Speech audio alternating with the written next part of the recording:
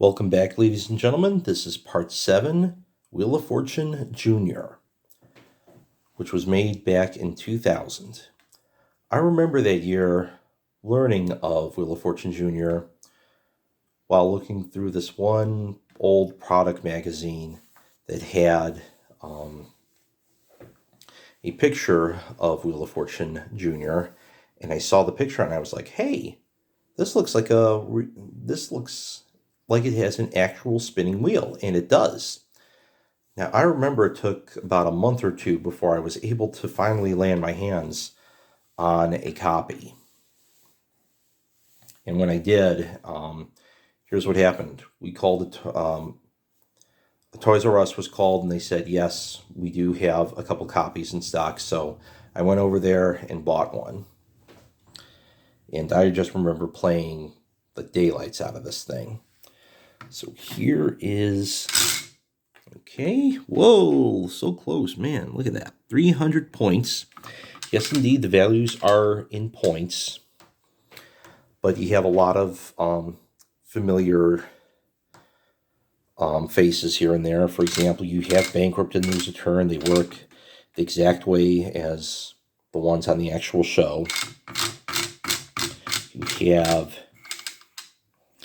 Free Spin. Now, this Free Spin space works a little differently than what you see in other Tiger handheld adaptations.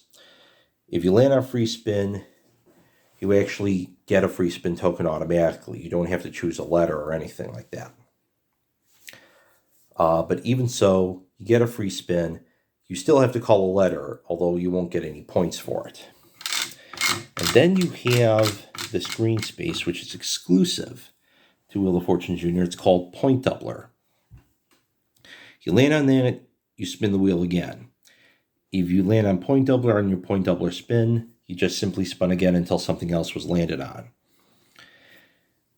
If you landed on a point value after spinning a Point Doubler, each consonant will be worth double. Each consonant occurrence will be worth double the point value you spun up. However, if you land on Bankrupt, Lose a Turn, or Free Spin, the Point Doubler is void.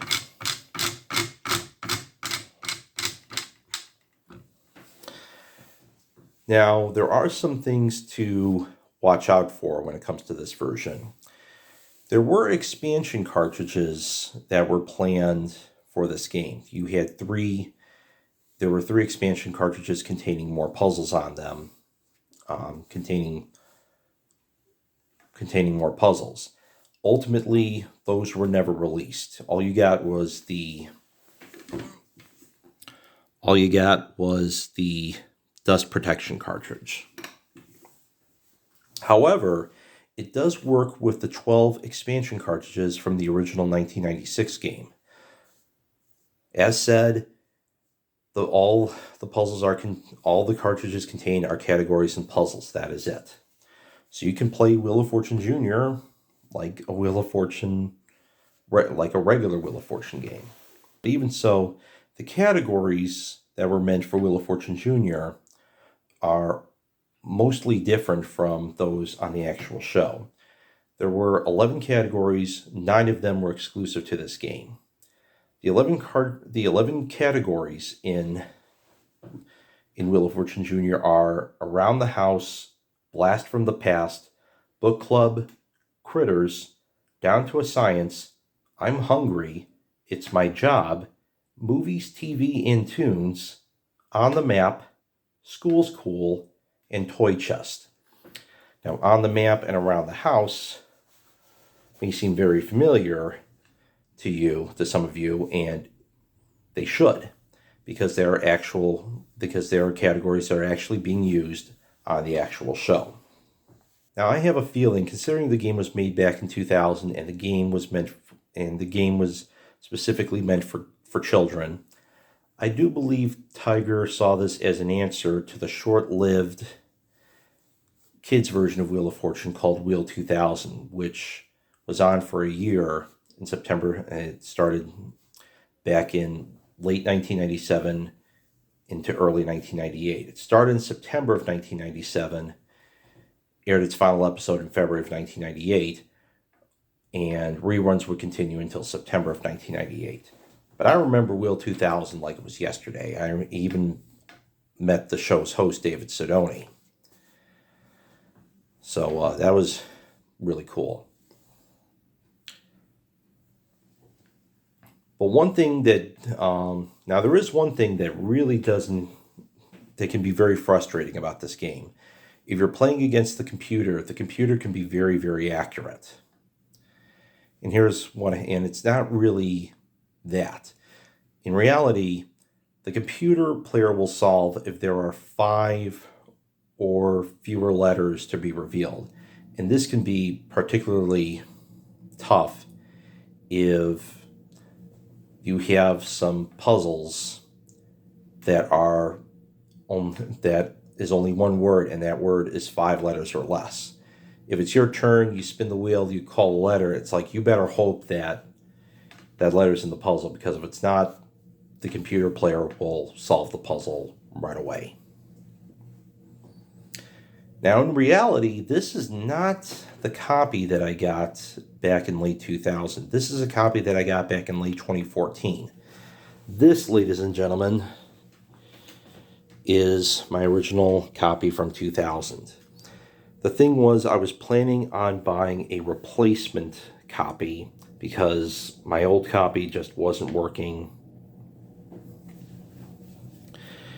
There were times where it's like, while the physical spinning having you spin a physical wheel, the idea looked really good on paper. I found out the hard way that in practice, it can be very, very difficult. Sometimes I would spin the wheel, and the game would recognize that you're spinning by showing you stars that are flashing on the screen, as well as sparks coming from the speakers. You have sounds of sparks, indicating that the wheel is meant to mimic the wheel clicking on the actual show. But even when you're able to, sometimes it takes multiple spins to get the game to recognize that you are indeed spinning. And when it does, but even when it does, sometimes you could run into one of two problems. One, the game will tell you to please spin again. The other time you will think you'll be playing for 5,000 points, when in fact you're going for only 300 points. Sometimes the game doesn't recognize the value you spun on. Sometimes it gives you something completely different. Now, here's how the game was intended to work. If you take a look here are the brains of the operation, and then here is the very, very back of the game. And you'll see a whole bunch of metallic strips. And these are able to, and then you have these little things right here. These prongs make contact with these silver strips as the wheel is spinning. So you have some prongs that make contact with some of the strips, you have some that don't. And it's basically a combination, and the wheel calculates the combination of which strips are making contact with these with these prongs. They're making it, the game determines which prongs are making contact and which are not, and that is how it's able to determine the point value.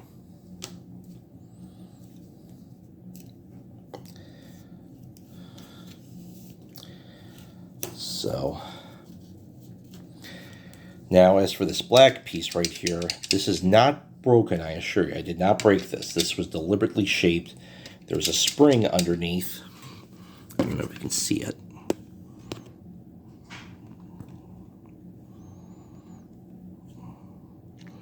You can barely see it like that, but it's underneath there. That made contact makes contact with these teeth.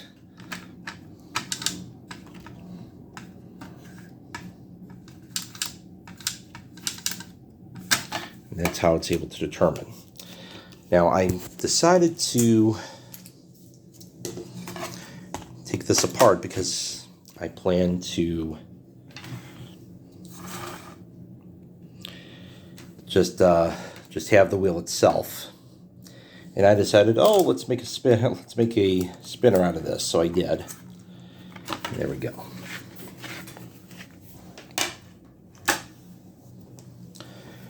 So that's the wheel. So I will tell you, this is the wheel layout. Nice, good view of it.